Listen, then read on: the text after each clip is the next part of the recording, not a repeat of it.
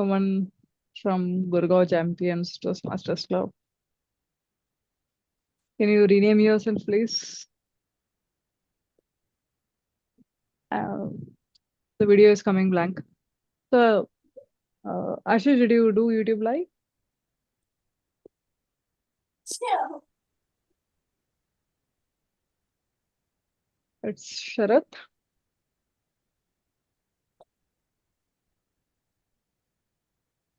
Yep, we're live now. Over to you, Nitin. Okay, sure. Thank you. Hi, everyone. Good evening and a warm welcome.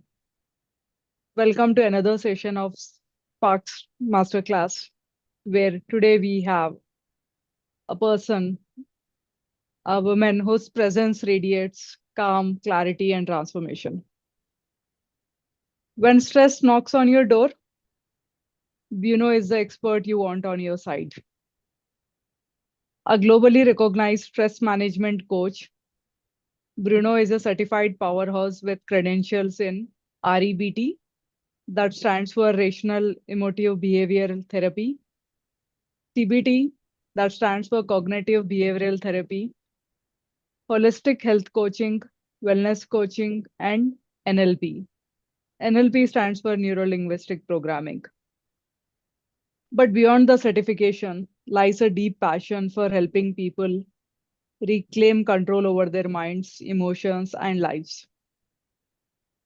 Bruno has worked with individuals from around the world, professionals, entrepreneurs, caregivers, and change makers, helping them go from chaos to calm, from burnout to balance, from surviving to truly thriving.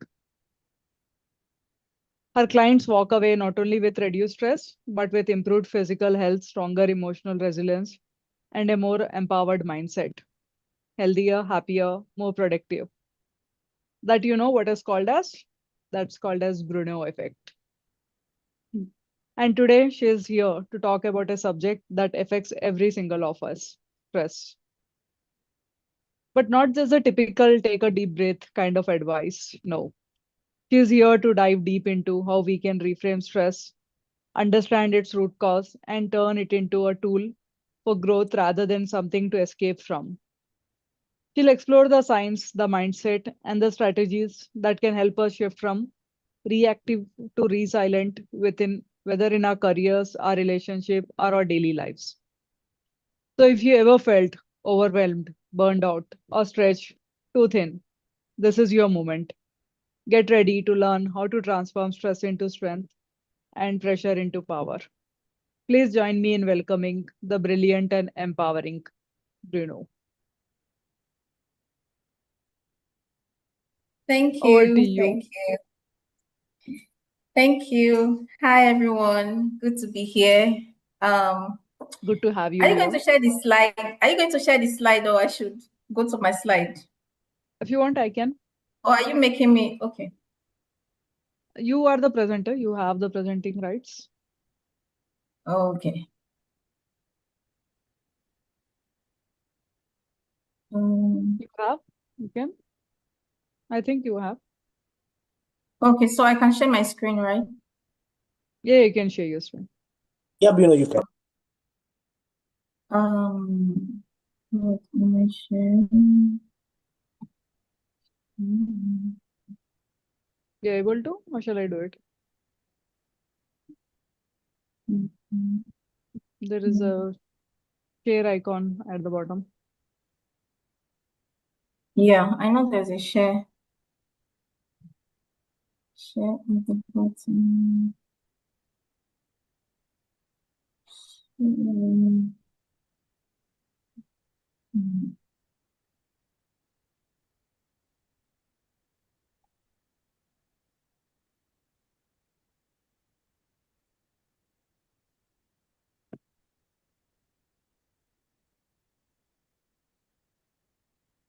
Can you see my screen?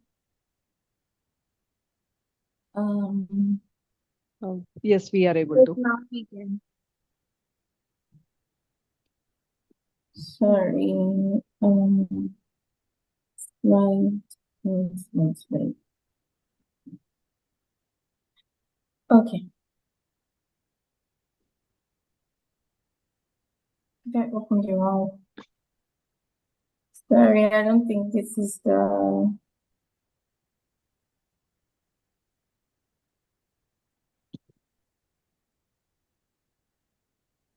It's not loading. It's not loading. Sorry. I can see it. Yeah, we are able to see the screen. I need to. Sorry, I need to reopen that. I can share it, not an issue. Okay, please do. Yeah, sure. How do I stop sharing my screen? That's okay. I'll just share it. You able to Okay. see my screen? Yes. Yep, visible. Yes, yes. Yes. Okay. I think it's better. Hi, everyone. Hi, everyone. Good evening or good night, wherever you are, you're watching me from, or good afternoon, good morning, good afternoon, good evening, wherever it is you're watching me from. So, my name is Buno, as the host already said, and I'm a certified rational emotive behavioral therapy mindset coach, a cognitive behavioral therapy coach, a wellness coach, life coach, health coach, and an NLP practitioner. So today we are going to be talking about how to transform your stress. On my screen, there's this Bible verse that I love so much. It says, "Come unto me, all ye who are weary and heavy laden, and I'll give you rest." So rest is the opposite of stress, because when we are stressed, we are not relaxed. Please, can you go to the next slide? We are not relaxed when we are stressed. So we're talking about how to transform your stress. Next slide, please. Next one. So we're going to be looking at stress. Please, the next one. Yes, we're going to be looking at stress, what it is, so that we can actually understand what stress is about. Because if we know better, then we can make better choices and we can do better. So let's go to the next slide. What is stress? Because stress, research has shown that over the years, 60% of the world illness today is as a result of chronic stress.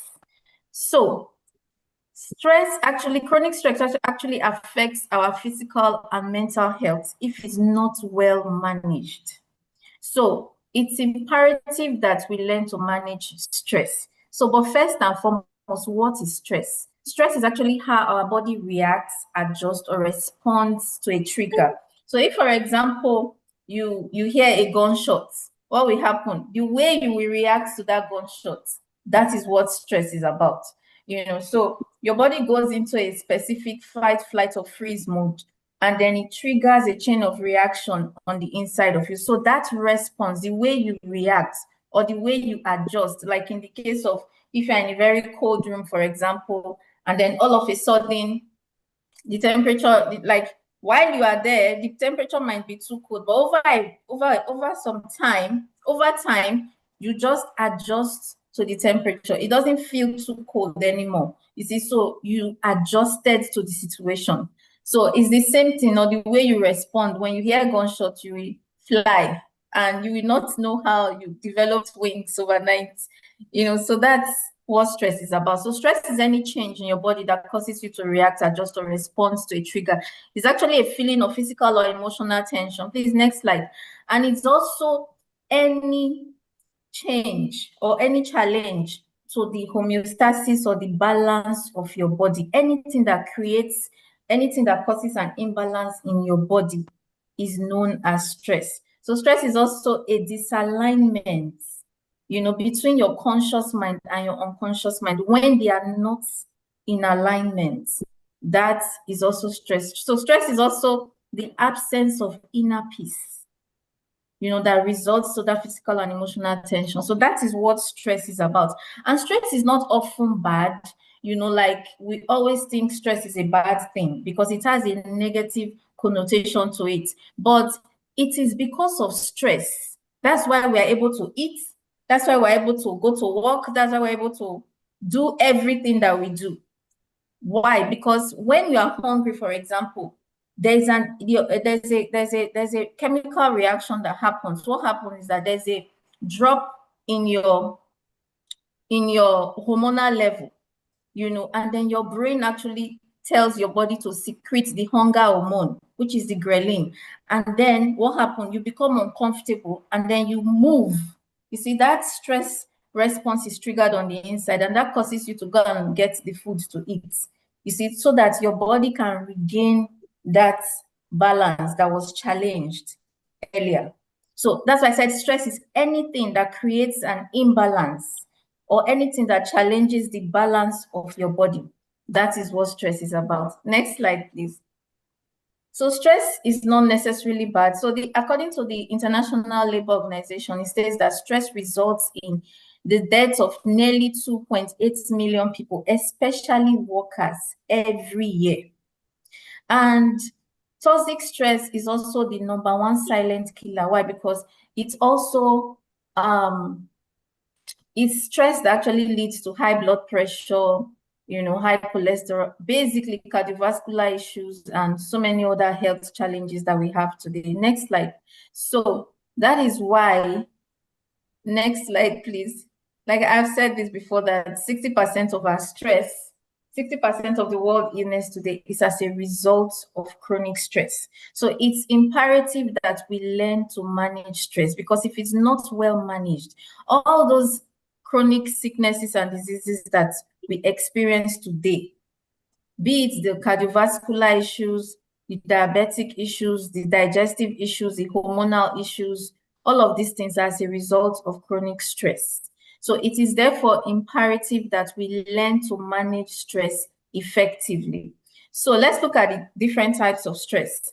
So we have the positive stress and the negative stress. Now, the positive stress, when is stress said to be good?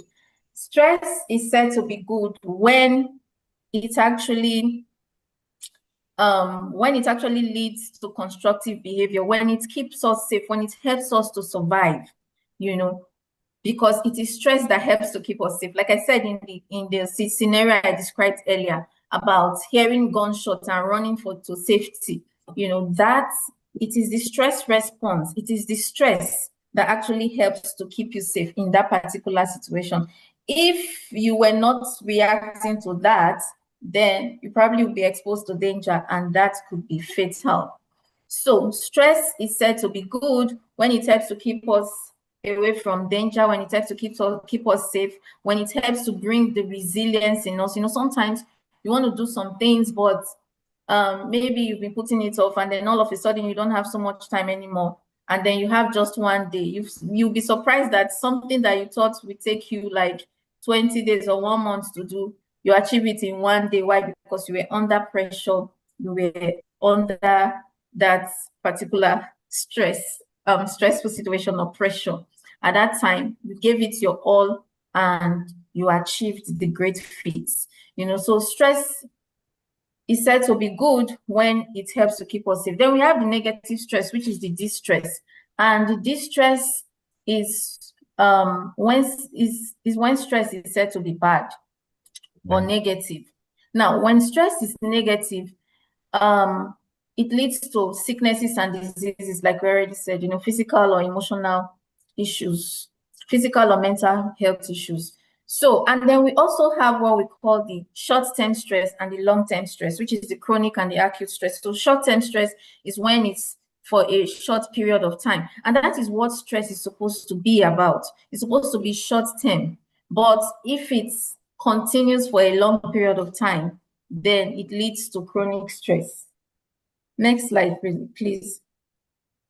So we have other forms or other kinds of stress. We have what we call the physical stress, the stress that actually affects your body when you feel tension, physical tension in your body, when you experience aches and pains, low energy, you are falling sick more often than normal. That is what physical stress is about. And then we have the psychological stress, where you have your emotional and your mental stress. When you are always angry or you are moody, you snap at the slightest provocation, You have this increase in agitation or aggression. And then mental stress is when you begin to have memory problems, you have inability to concentrate. Why? Because you're having mental disturbance. Something is disturbing your mind. You have unresolved negative thoughts or emotions that is disturbing your mind, that is making you not to concentrate.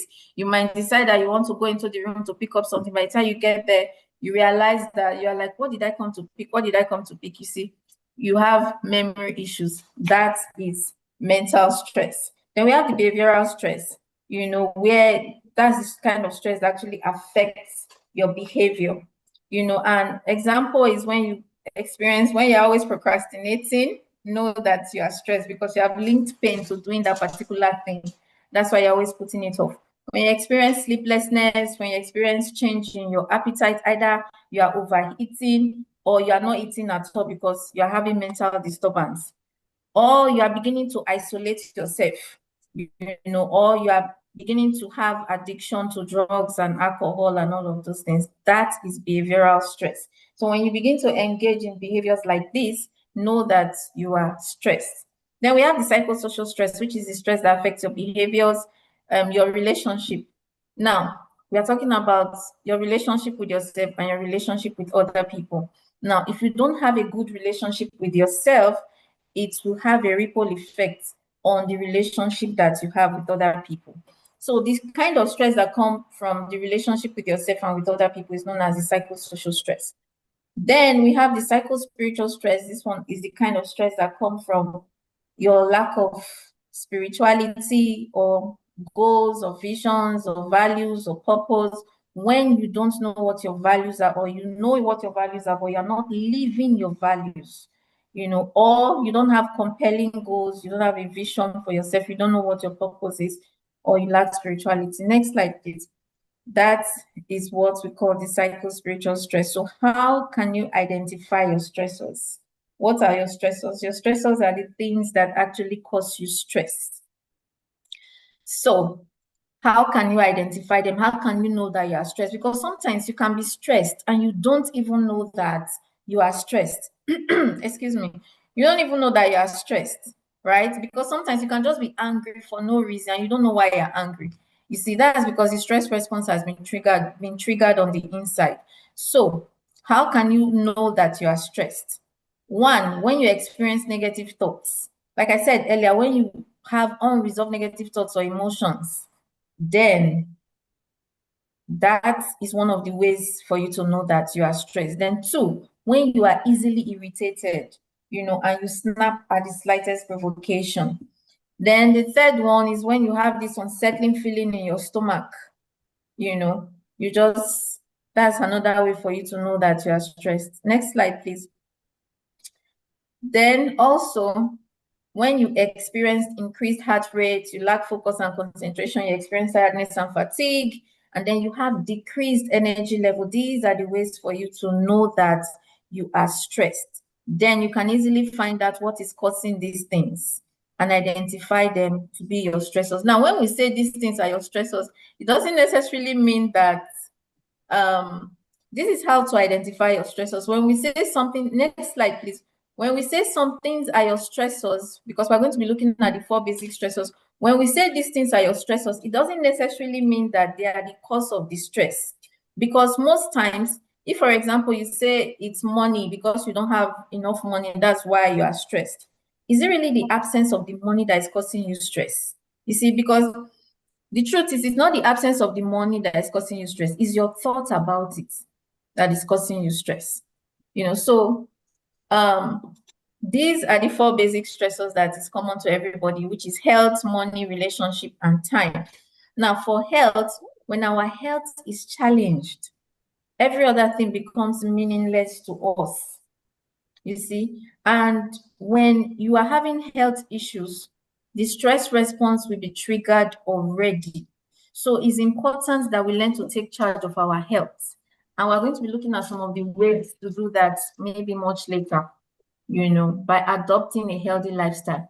Now, for relationship, if you have issues with your relationship issues with your family, friends, loved ones, or your colleagues, these things actually lead to relationship stress or that psychosocial stress that we talked about earlier. But then the two most important relationships you will ever have in your life is one with God and the second one is with yourself. Those two relationships have a ripple effect on every other relationship that you have.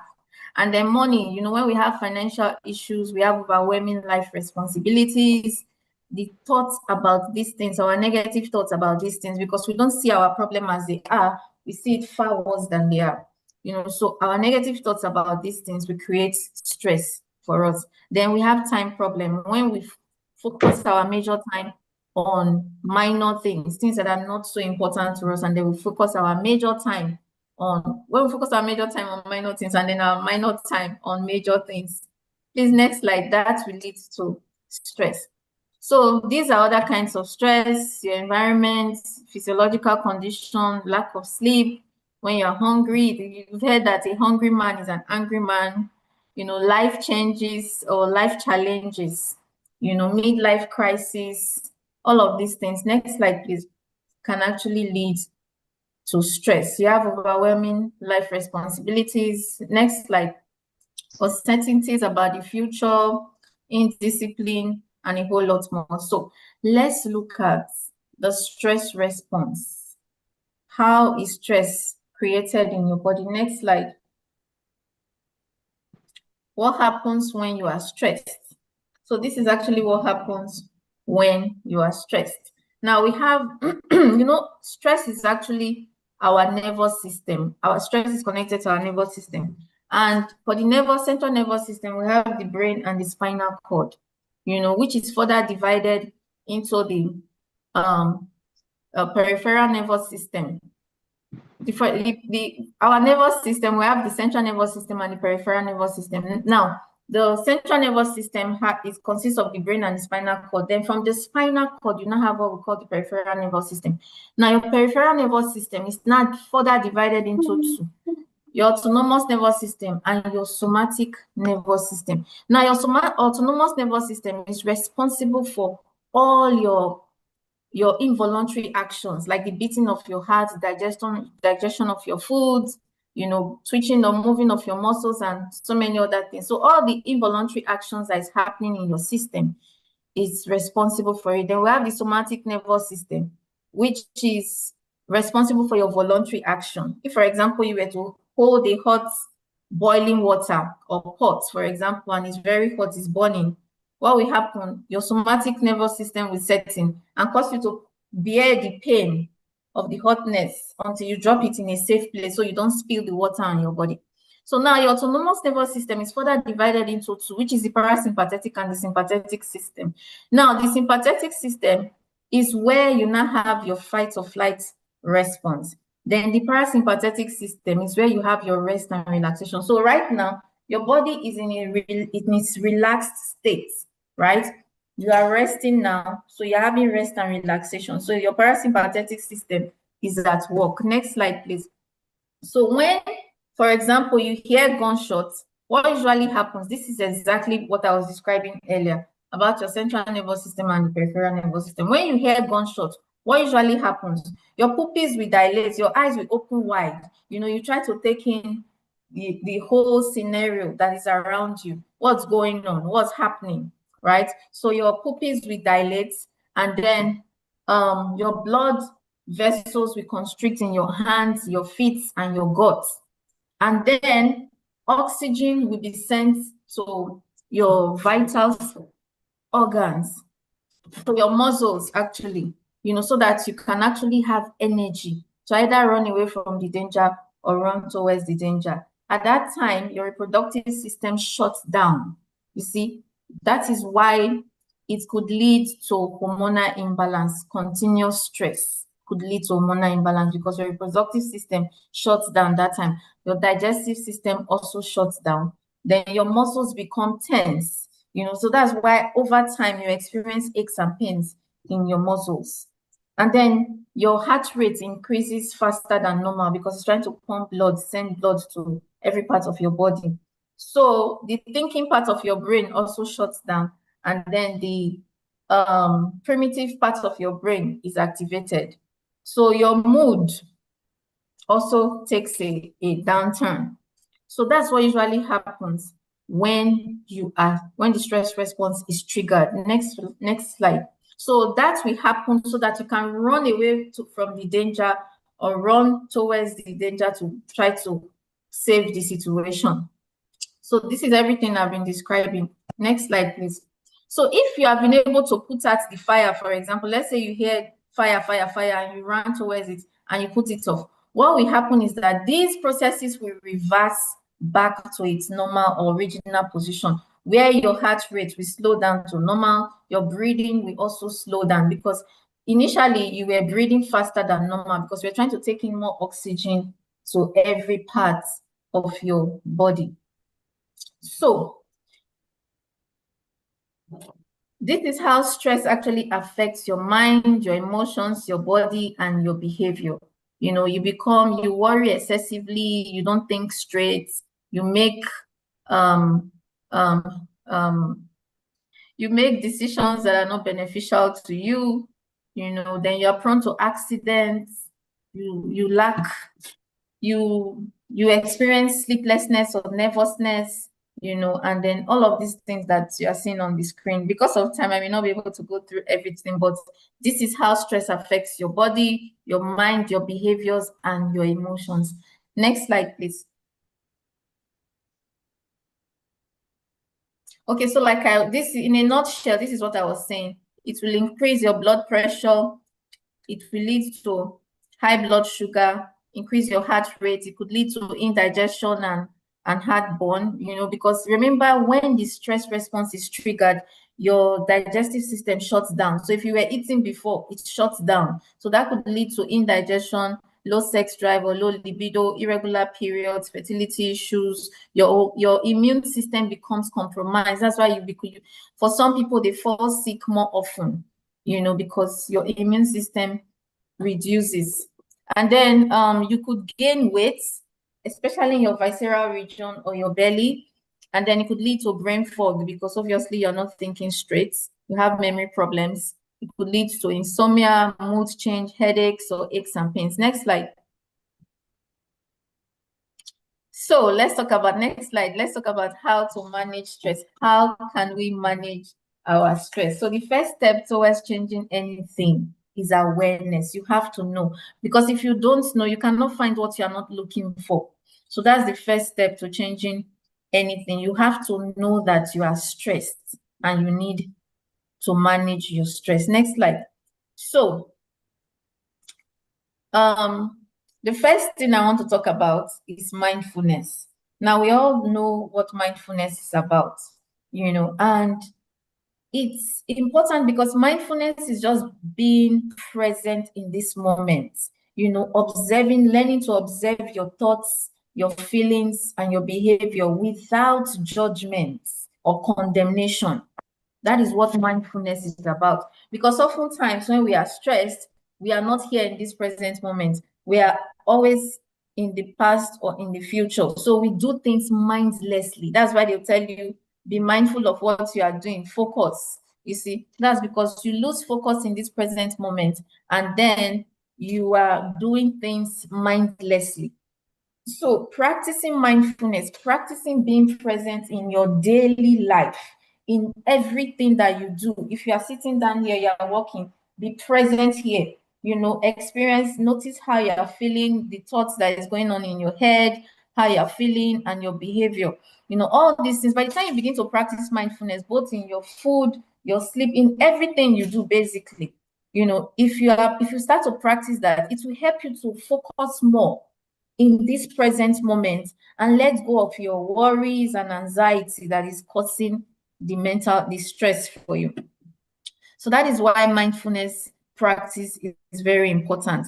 Then we have the mindfulness meditation, and then we have the breathing techniques, you know, where you actually, because research has shown that, you see, when I explained the techniques or the mechanism of the stress response just now, you saw that when the stress response was triggered, there was increased heart rate. So you are breathing faster than normal because you're trying to take in more oxygen. You see, your brain you're trying to take in more oxygen to your cells, right? So what happened? You start to breathe faster than normal. You shallow breathe. You're not breathing well.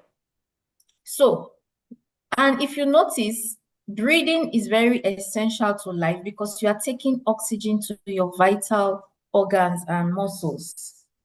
You're taking oxygen to your vital organs and muscles. So it's essential that you breathe. And for example, you know, your circulatory system actually powers your heart, right? Your heart powers your circulatory system. Sorry. Your heart actually powers your circulatory system. But what powers your lymphatic system? It is your breathing and your movement that powers your immune system. So that is why when you fall sick, the first thing that is affected is your breathing and your movement. So that is why you need to take breathing techniques seriously. You need to learn to breathe better. You need to, because when you are doing that consciously, breathing from your belly, either you're doing the diaphragmatic breathing technique or you're doing the any other kind of breathing technique that we have, because we have different kinds of breathing techniques. Now, regardless of the one that you're practicing, breathing actually helps to slow down your heart rate. It helps to regulate your nervous system because there's a connection between it. Because as you already see, your respiratory system is working with your circulatory system to take in more oxygenated blood around your entire system. You see, so when you learn to breathe better, you're sending in more oxygen because at that time, oxygen is to your vital organs shuts down and they are all sent to your muscles so that it can prepare you to run away or towards the danger, right? So, but by the time you are not breathing well, what will happen? You begin to have issues with your system. So that's why it's important to learn to breathe better. Every day you want to practice breathing technique. Relaxation technique is not a one-off thing. It's something you should practice every morning and every night. In the night, it will help you to sleep better. Then another thing is exercise. I just explained why movement is very important because movement and breathing, they power your lymphatic system. So it's important that you learn to move because how you do anything is how you do everything. So when you move, when you exercise, when you are depressed, for example, there is a way you use your body. You know, your shoulders are slumped down, your head is down. You see, when you are angry and when you're upset, there's a way you use your body. So that is why exercise is very important, movement, because movement is life. And you notice that children, they are hyperactive. You have to scream, sit down, stop running, you know, for them to sit still. But the older you get, movement reduces with age. A lot of people don't even have exercise as part of their daily routine. And as adults, if we are opportune to sit down, we would rather not stand, right? And if we have opportunity to lie down, we rather not stand as well. If we have opportunity to sit and to stand, to sit, we rather not stand. And if we have opportunity to lie down, we rather not stand or sit down. So, and most times, most people are either sitting down when they're at work or when they're at home, and then or lying down. Only very few people that their work involves them moving around. And if you don't have exercise as part of your daily routine, then it becomes problematic. So that is why you want to take your movement seriously. You want to exercise on a daily basis. Now, you don't need to do the 30 minutes, 1 hour, because most of you are corporate people. You may not have that time. But you see, the 5 minutes, 10 minutes exercise on a daily basis, it will send blood flowing in your system, you know, to get you start to wake up your system. And that is very beneficial. Even that small exercise of 5-10 minutes on a daily basis will go a long way in improving your overall health and well-being. Then time out in nature, you know, you want to truly learn to relax. All these things they actually give, because nature gives a calming effect to our mind. It helps to calm our nervous system. Then you want to learn to sleep better, because lack of proper sleep leads to stress. And stress also leads to sleeplessness. So you want to learn to sleep better. Now, for some of us, when you wake up in the morning, you realize that you wake up tired, exhausted, and all of that. Why? It's probably because of, because there are so many factors that can affect your quality of sleep that you get. Your eating time, the food you eat, the quality of the food you eat, and the time you eat it. And even sometimes the things that you're thinking about just before you go to bed, all these things affect the quality of sleep that you get. And it affects how you feel when you wake up.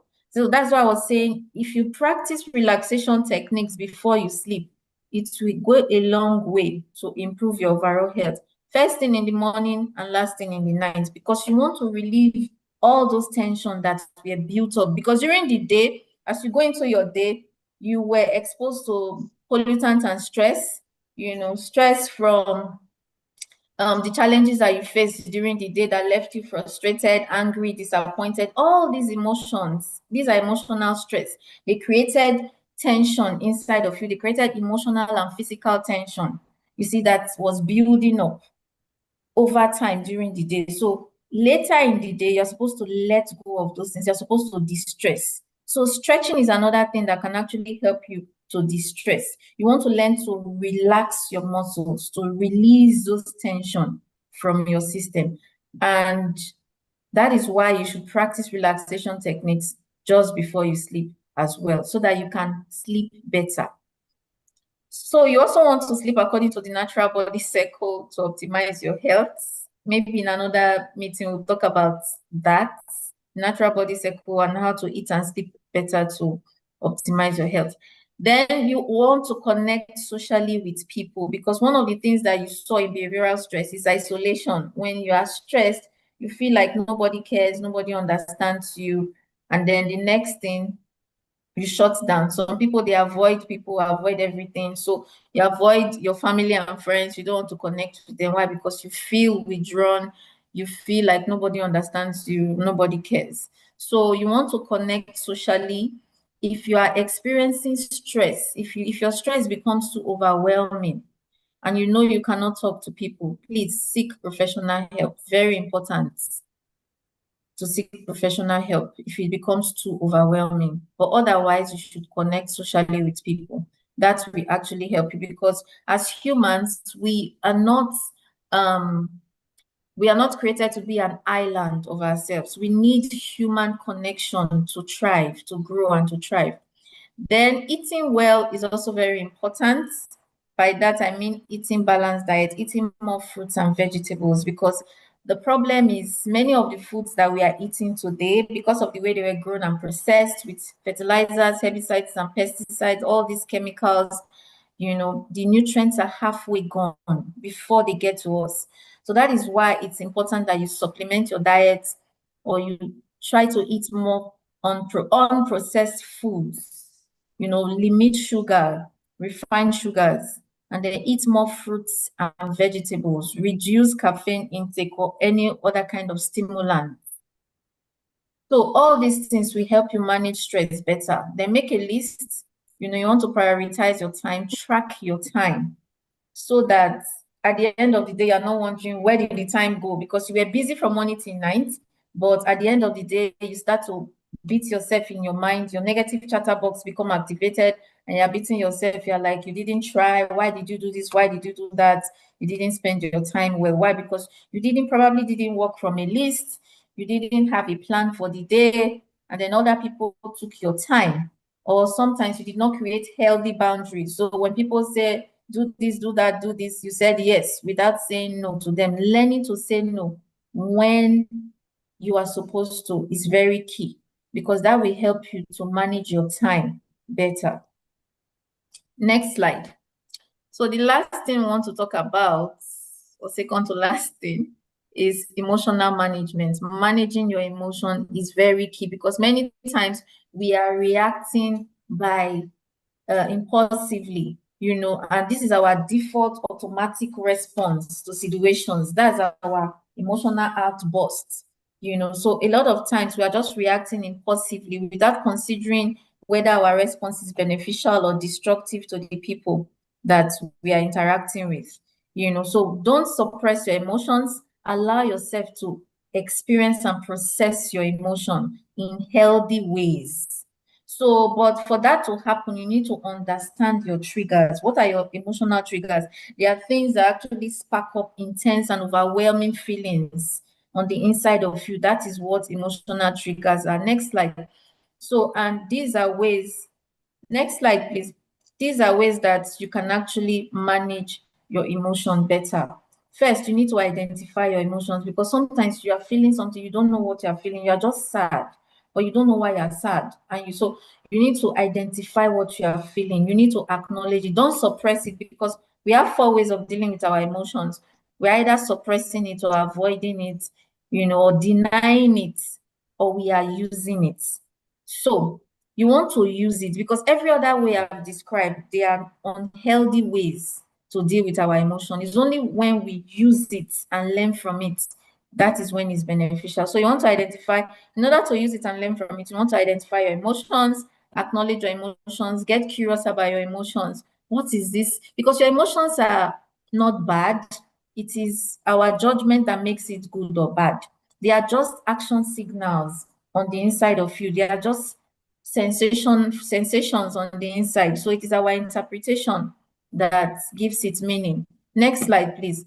So you want to identify what it is you're feeling, acknowledge it, and then get confident in your ability to manage it. Because a lot of times, what actually causes us stress is not the problem or the challenge itself, is our lack of faith in our ability to deal with the challenge. That is what is causing us stress. So believe that you can actually manage it and then take action. Find out, what is my emotion? What message is it trying to communicate to me? And then ask yourself empowering questions. How can I use this? Instead of asking, why me? Why me? Because that's our default response when we are faced with challenges. We are always asking, why me? Why? Instead, ask yourself, how can I use this? So that is how you can use your emotion and learn from it. And then the last but not the least is to practice gratitude. Gratitude. Why? Because you see, it takes the contrast for us to truly appreciate anything. When we are well, we are often not thinking of the good things that is going on in our lives.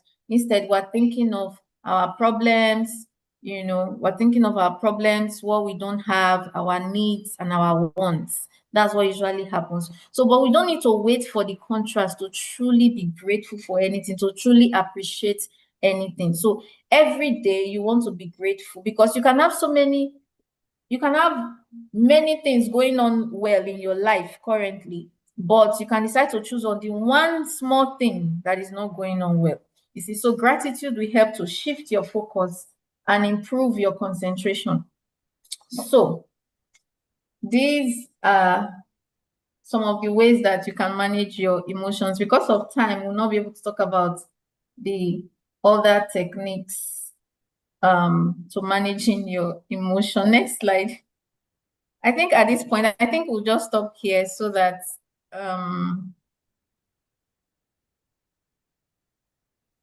I think we'll stop here so that we can take questions, because I think we have used up 30 minutes. Let's take this one topic. This looks interesting, and then Okay. we can proceed. All right. Yeah, I'm a big self-critic for my own Yeah. critic, so I would like to listen how to silence it. All right. So, okay. I think the audience are hooked, so we can, if you have time, we can extend for 10 minutes. Okay. All right, so the last one, silencing your inner critic. When we are stressed, a lot of times, especially our mental stress, we are always very self-critical. We're always criticizing ourselves. We are always talking ourselves down. A lot of times, we are the weapon that is fashioned against ourselves in the form of negative talk, self-doubt, self-criticism. We are always against ourselves. Sometimes the way we talk to ourselves, there are ways that we will not even allow someone else to talk to us like that. If someone else were to talk to you like that, you will walk away from them, or you will challenge them, or you will beat them, like that. So, but we do that to ourselves. When you do something bad, because what usually happens is when you do something good, you're happy with yourself. And when you do something bad, you're angry with yourself. It's normal. Now, the problem comes when we do something bad. Instead of just beating ourselves up once, it's just like you're in a cinema, excuse me, you're in a cinema and you watched an horror movie. Would you want to, even if you're not in a cinema, you're in your house, would you want to press the rewind button so that it keeps playing the horror movie? You wouldn't want to do that unless it's a beautiful love story. That's when you want to relive the moment, right? But we do that with our negative talk. When we do something bad and beat ourselves up the way we will never allow someone else talk to us, we press the rewind button. We don't let it end there. We press it like during the day, throughout the day. We keep pressing it. And then you remember what you said and did. You hit and film and get angry with yourself again and tell yourself, why are you so stupid? It is because you always do stupid things. You see, then you blow things out of proportion. You see, so a lot of times you do that repeatedly. Yes. And then what happens? Yes. So that is a big problem for most of us. So next slide. You want to learn to silence your inner critic. This is just, this diagram you're seeing is basically how your mind works. When you get information, from, you either getting information from your negative chatter box, this is your inner critic, or you're getting, you have like two voices in your head, one that's always praising you, your cheerleader, cheering you on, right? And then the second one is your inner critic that's always talking you down.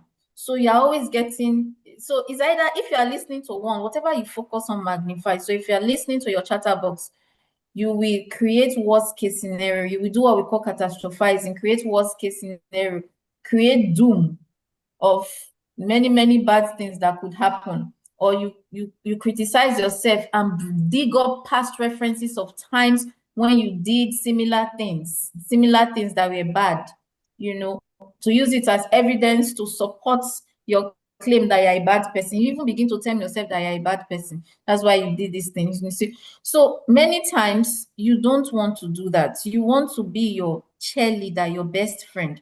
So your mind, your conscious mind, takes information either from that yourself that's always praising you, or from your negative chatter box, and it goes to your conscious mind, right? And then from there, it goes to your subconscious mind.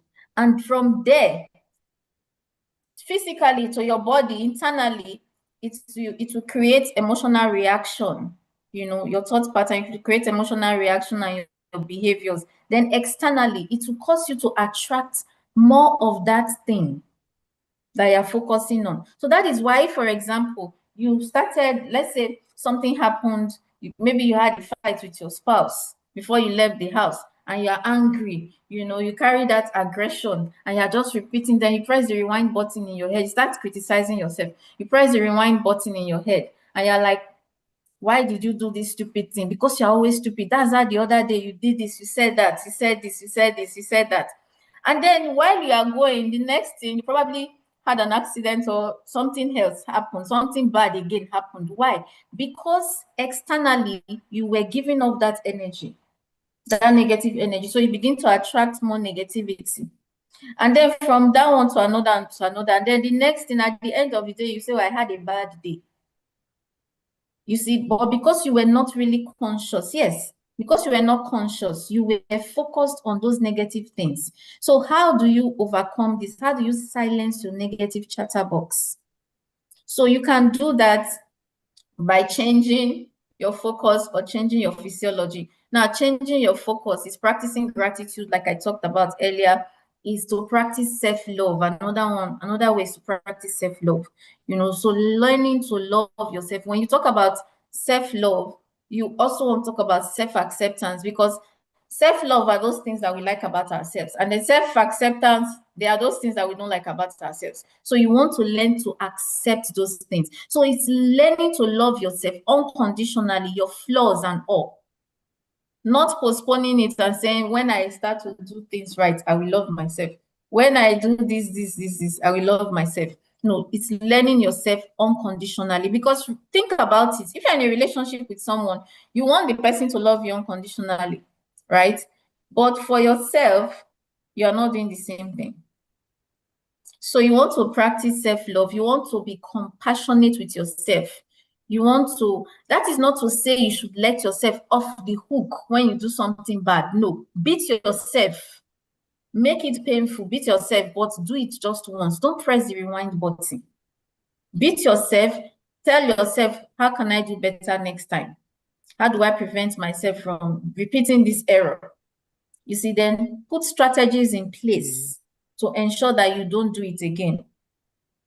So you want to do that, then you want to practice self-compassion, learning to love yourself unconditionally, learning to be your best friend and your cheerleader. Because if your friend comes to you and your friend did something bad and is remorseful and they say, oh, Nital, I did something very bad. I'm so angry with myself. I feel so stupid.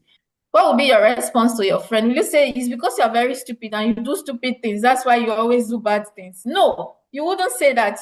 Because your friend is already remorseful, you'll be like, it's okay, it was just a mistake. Don't worry, you do better next time. You want to cheer your friend up. You want to be their best friend. You want to encourage them. So be your best friend. Be your cheerleader. Encourage yourself. Thank you. I think I'll stop here. Sure. So, yes, that was one wonderful session. And yes, self-acceptance is the key. Before I talk more, I'll open the platform for questions. Anyone questions can raise your hand. So, anyone want to talk or ping in the chat? Yeah, I can see Vikram raising hand. Vikram, go ahead. Yeah. Am I audible? Yes, you are audible. Yes, you're audible.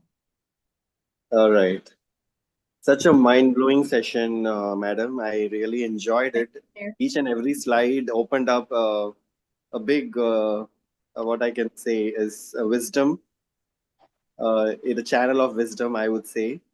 And it clarified so many doubts. In fact, when you spoke about the different types of stress, I think we all have stress in our life, but this slide that you put together had really made it clear the different types of stress and which we are not even aware until this point. At least I am not aware until this point.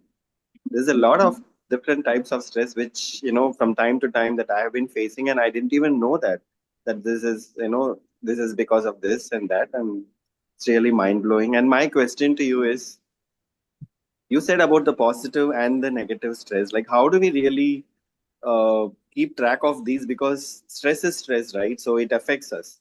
So whether it's positive or negative, do you really suggest that we should be knowing to, for example, let's say tomorrow I have my area contest, right? I have some butterflies in my stomach already, and I'm preparing and stuff like that. But that is, how do I say that if it's a positive or a negative? Because it's anyway going to help me, I know, right? Any stress for that matter is going to help me. But this time I don't know whether I should feel stressed, or how do I manage this? Do you get my question clear? Yes, I got your question. So regardless of whether it's a positive or negative stress, you will still feel that tension, because stress is the feeling of physical or emotional tension in your body. So you would still feel that tension. And if you are to probably do some presentation, you would still feel that experience heart rate, your heart rate increase. You understand? Like a little bit of anxiety, and you're anxious, you want to do presentation. So that's okay. Why? Because it is short term.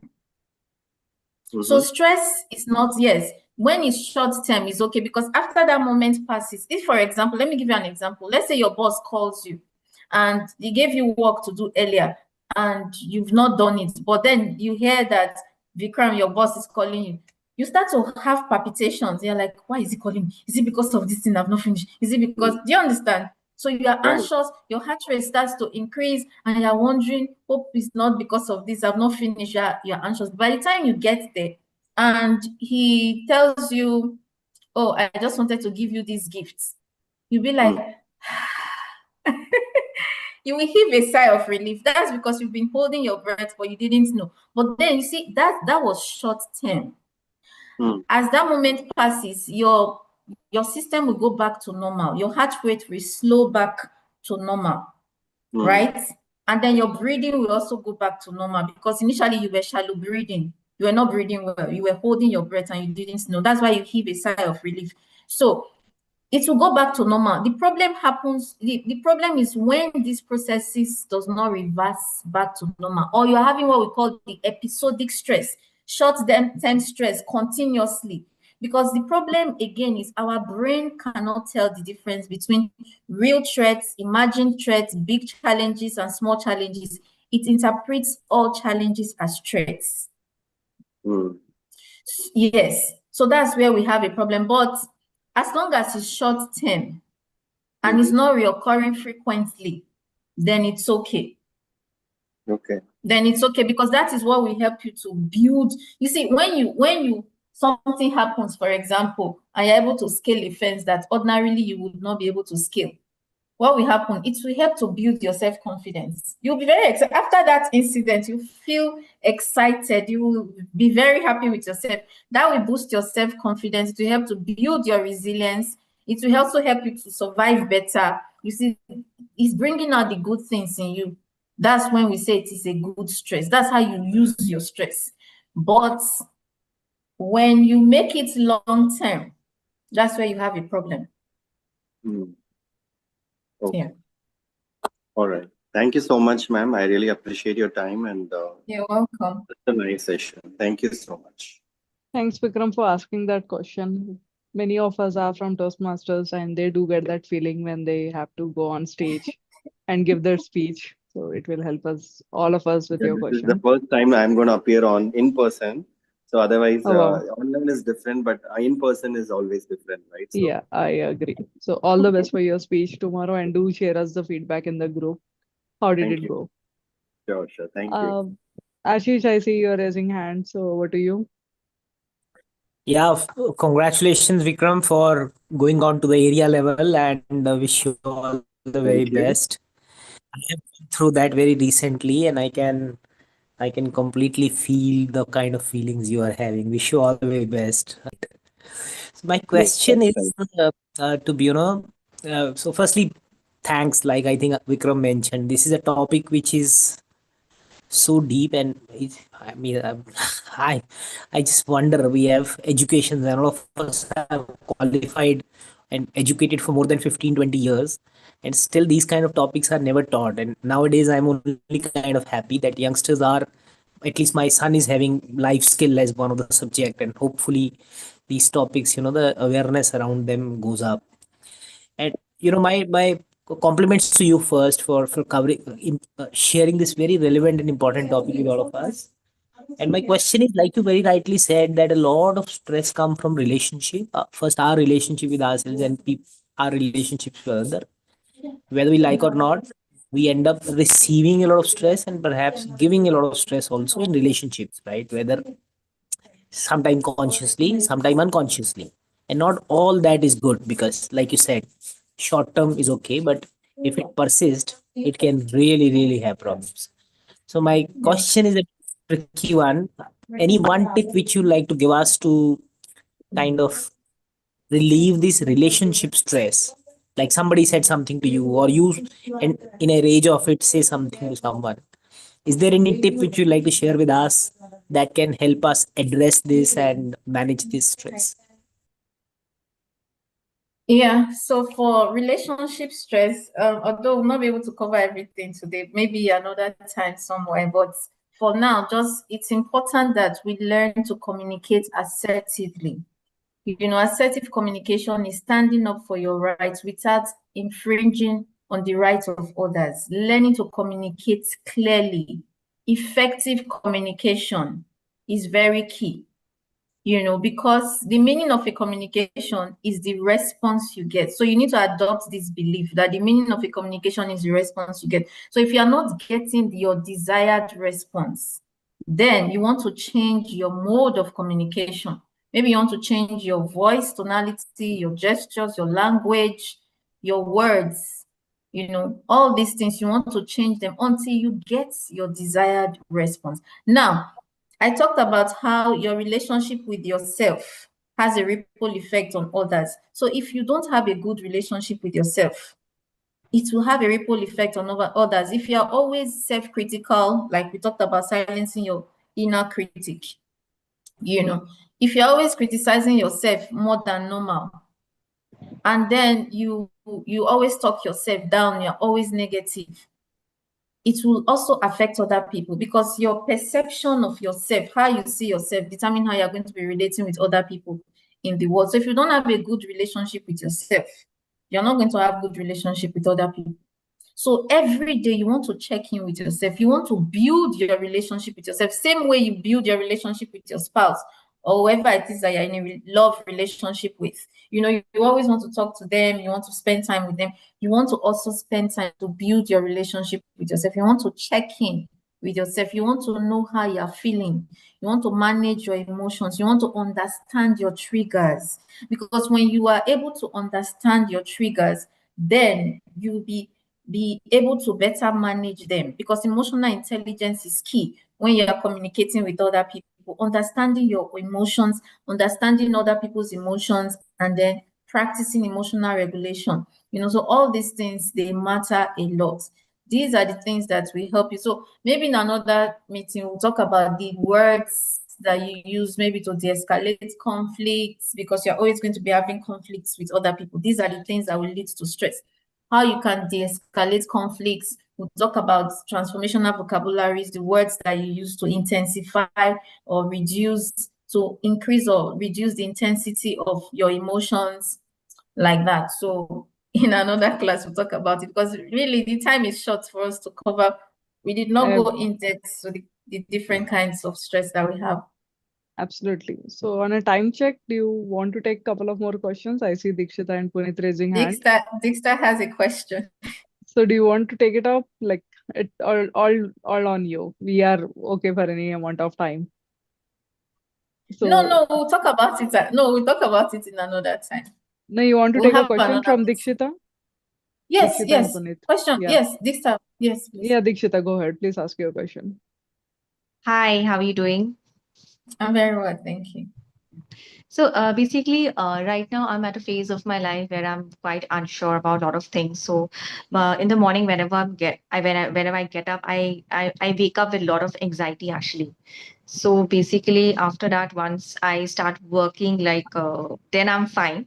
But it takes like almost 2 hours, like a lot of anxiety going on in my mind. But once I start working, then I'm fine. Again, when I'm done with my work, then I'm very clueless. Again, the anxiety is back. So I don't know how to cope up with that. Okay, so first you want to check your daily routine. What do you do in the morning when you wake up? When you wake up, what do you do precisely? Do you just go check your phone, read your messages, or what's your morning routine like? I basically have a glass of water after I wake up, then I get ready for my Okay. work. Okay, you don't exercise? No, not right now because there's some health issues going on, so I need to rest for a while.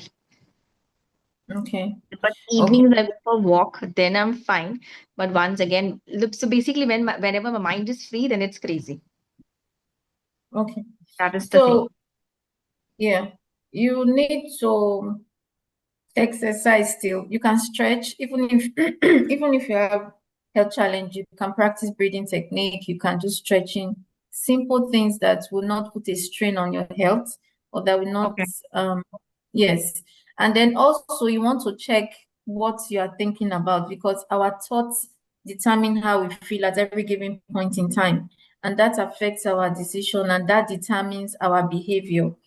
So you want to check your thoughts. If you have unresolved negative thoughts or emotions, they could also contribute. And you talked about health issues. You're probably worried about the health issues. So these are some of the things that you need to look at first. And then after that, you can now create a healthy morning routine of practicing relaxation techniques when you wake up after drinking. It's very good that you're already drinking water when you wake up in the morning. Then so You should also try to incorporate exercise, basically taking charge of your four worlds, your physical world, spiritual world, mental world, and emotional world. When you take charge of these four worlds on a daily basis, it will help to reduce your stress greatly. Physically, you take charge of your physical world by exercising, right? And then your spiritual world, you communicate with God. Then your emotional world, you practice relaxation techniques. And then for your mental world, you read something edifying, something that will build your mindset or your personality, personal development material or any of that kind of stuff. So that will actually help you. So if you do that, and I think Ashish can tell you more about it because you practice it in the 5 a.m. club, taking charge of your forwards in the morning. Yeah, that will help greatly. Yes. All right. Yeah. Thank you. Thanks, Dikshita, for asking that question. Even I have that issue. I end up wasting 1 hour or so when I wake up, and I'll definitely try the suggestions shared by Bruno. So, Puneet, please share your question. Yeah, sure. So first of all, I will second what Vikram said and what Ashish said, that this was definitely an insightful session and a very helpful session. So I'm glad I joined this session. So the question from my side is that although you covered it briefly, that most of times we spend a lot of time on things which are not important, and uh, less time on things which are actually important. So that also creates a lot of stress. So most of the times, the to-do list which we have is kind of overwhelming, which we are not able to like check off completely. So is there a way that we can better manage our to-do list with so that it doesn't create a lot of stress? Yeah, is basically time management techniques, managing our time well. Like I said, setting healthy boundaries, learn to say no when you're supposed to say no. Don't say yes when you're supposed to say no, and then you now become overladen with work or responsibilities. Yes, that's one. Because if you keep saying yes, yes, yes to everybody, it means you're saying no to yourself, right? In some ways, you're saying no to yourself. And then at the end of the day, you realize that, oh, where did the time go? Because you spent time doing things for every other person but yourself. But these things are important to you. But the problem is you did not you didn't give it the time that it needs, right? So that's where the challenge is. Then another thing, you want to link pleasure to the things you do, especially those things that make you procrastinate. A lot of times we procrastinate, keep putting it off until we don't have enough time to do it again. And then we start to panic. I don't have time, I don't have time, I don't have time. Right. So, and then, yeah, so these are things that will lead to our mental stress again. So you want to learn to work from a list, prioritize your time, work from a list, write down the things that you need to do. Like for tomorrow, write the things down this night before you sleep, write down the things that you need to do for tomorrow, and then go ahead and do them. Then you can track your time. In the Sparkz Grow with Sparkz group, I see that some people are already doing the Pomodoro techniques. These are time management tools that will help you to manage your time better. So you want to track your time. From this to this, when you wake up, what are you doing at that particular time? From this time to this time, you should know what you are doing, especially if you are very laid back or too relaxed with your time. Because if you don't do that, if you don't assign any task to your time, other people's task will come and take it away. And then at the end of the day, you will not do those things that are important to you. Then you activate your negative chatterbox and you start to beat yourself up. You see, and if you repeat it tomorrow and the next, it will lead to you disappointing yourself a lot of times. And you see, that will intensify your negative chatterbox. That will lead to more self-doubt, feeling of inadequacy, name it, and feeling of unimportance. Yeah. That is absolutely right. We do, if we are not planning for ourselves, someone else will plan it out. Right. Right. No, That this was is, super helpful. I completely agree. yes, absolutely. So let's utilize. So Bruno is in our Sparks group. So anyone want to take her inputs on any other topic, please reach out to her. And everyone here are part of Sparkz group, I believe. If you're not, please text us and we will add you in the group.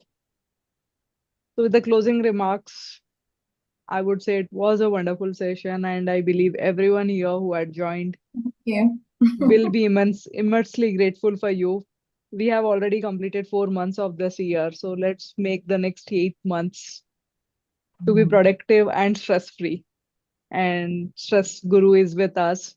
So post her a question and she will definitely reply. And Ashish, over to you if you want to close it. Yeah, just may I request all to turn on their camera, and Nital, you could take a beautiful selfie. Yeah, sure. If he has it, reaction button has this heart which brings all the hearts around our images. So you can choose the emoji you want. That's your choice, of course. And click a few of the amazing pictures as memories of this session, which goes on social media, and remind us that we have attended this amazing session with Bruno. Many thanks, Bruno, for taking out time and sharing this lovely insights with us.